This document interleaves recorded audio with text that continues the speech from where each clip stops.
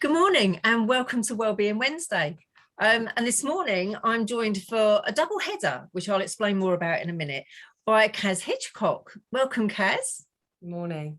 Caz is a body magician. Now, I just love that title, but she's also the creator of the gravity technique. So what we're going to do, Caz, tell us a little bit about what you do, why you do it, how you came to do it, because it's like mega interesting. Sure. So where do you start? Had my first surgery when I was 13 for a congenital kidney issue. At that point, they were trying to fix the kidney, but actually they ended up taking it out when I was 20. So by the time I was 21, I'd had 3 rounds of major surgery on my right side. Throughout that time, my mum started taking me to yoga to try and get me some core strength because things were going a bit wrong. Then I found out I've got a scar tissue issue. So I've got a lot of scar tissue on the inside around my organs and whatnot. And the yoga got me so far, but then I needed something more, something that was a bit more body sympathetic and tailored to the individual. So that cookie cutter approach to yoga postures had taken me to a point where I just needed something that was going to serve me better moving forwards. And your body's ever-changing needs, of course, because you're not the same in your 20s as you are in your 30s. Certainly not the same by the time you hit the dizzy heights of 40 and 50. Oh, I can attest to that. Yeah, exactly that. So, and that's where intelligent movement came from.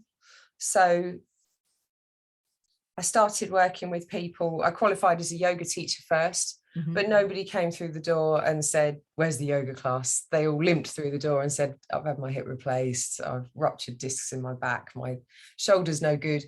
So it was all about, remedial work for people. Yeah. And it's our lovely men friends. So men won't go to yoga, which is, this, because bus drivers don't do yoga, right? But they would go to an intelligent movement session. So I stripped out the yoga, rebranded, and intelligent movement came into being. So working with people, how long have I been doing that? About 15 years now. Yeah. So started off in my dining room, then, ended up in the proper studio.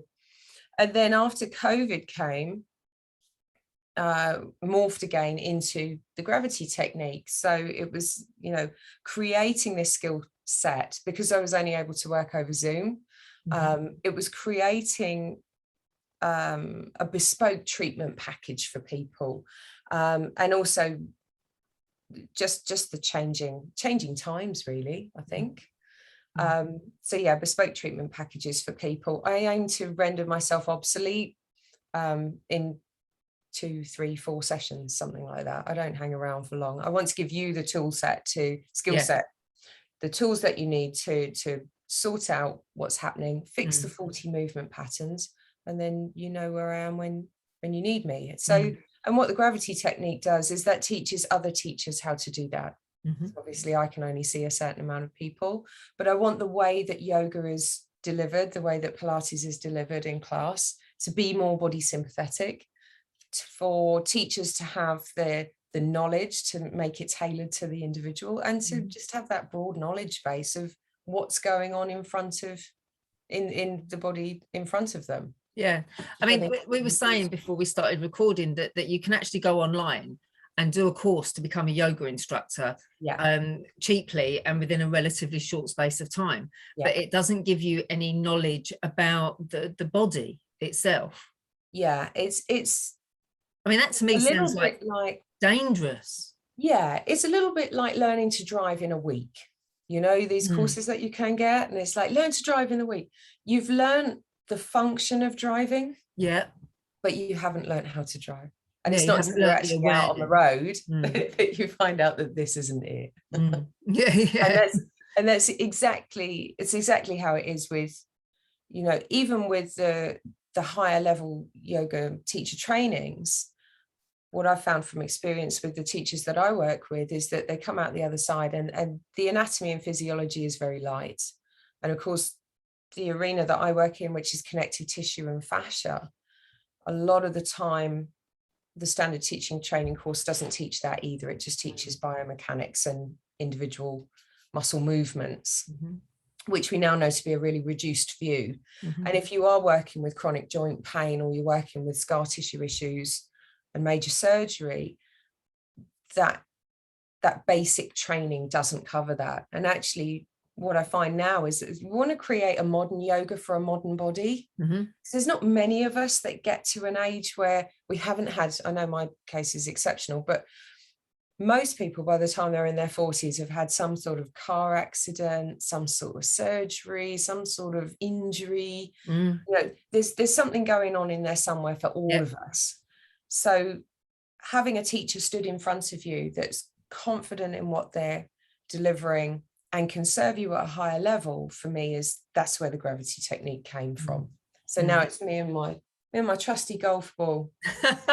And we've all got golf balls. We've all got golf balls, yes.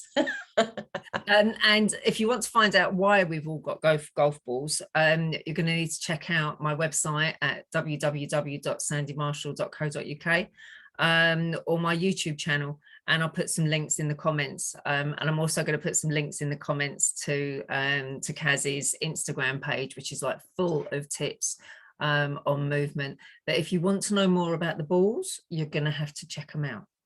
So that sounded really wrong, didn't it? We're going to leave that in there anyway. So if I come to you, Caz, let's just say with shoulder pain, what can I expect? I'm not going to hurt you. First and foremost. So, you know, the gravity technique really wants to take away from, when you go to your physio, you get a sheet of exercises, and this is what the golf ball thing is all about. If your shoulder is hurting, the last thing you want me to do, and the last thing I want to do, is stick my thumb in it. It hurts. So working with the connective tissue body, we can actually look at the body as the connected whole. So particularly with shoulders, your interface is the hand. So we're going to go there. It doesn't hurt, but we can still affect the shoulder in the same way. And the same with hips, you know, we go to the feet. So it's these fascial release techniques that we use, sorting out faulty movement issues. We look at why the shoulder hurts. So your shoulder doesn't just hurt for no reason. It just don't, today I'm going to be a frozen shoulder. That doesn't happen. It's, you know, we're at the desk, so shoulder is really usually quite easy to fix, because we're at the desk, the head goes forward, the shoulders go up. The muscles get really cross, the back goes under pressure. And what happens is your brain actually gets really involved with that and says, right, you know, we need to stabilize the structure. So we look at the why behind the what, you know, why is the shoulder behaving as it is? Where are you alignment wise? So we do posture analysis, gait analysis, look at how your body's working and the systems and processes that your brain has put in place for movement. And some of those won't be very useful. So we just aim to clear those down with some little daily exercises. It's funny, because I remember somebody telling me a long time ago that sometimes if your back aches or your hip hurts, it could actually be that the problem is with your foot and your body is compensating. So, I mean, I think it's like really, really interesting. And obviously for me, physical health completely connected with mental health. And there's nothing worse than just having to sit around or stand around with constant pain. So listen out there, any of you want to know what we're doing with our balls, now's the time to tune in either to the website or to the YouTube channel. Get yourself a golf ball and come and join in the fun. Thanks, Caz. Take care. Thank you for joining me.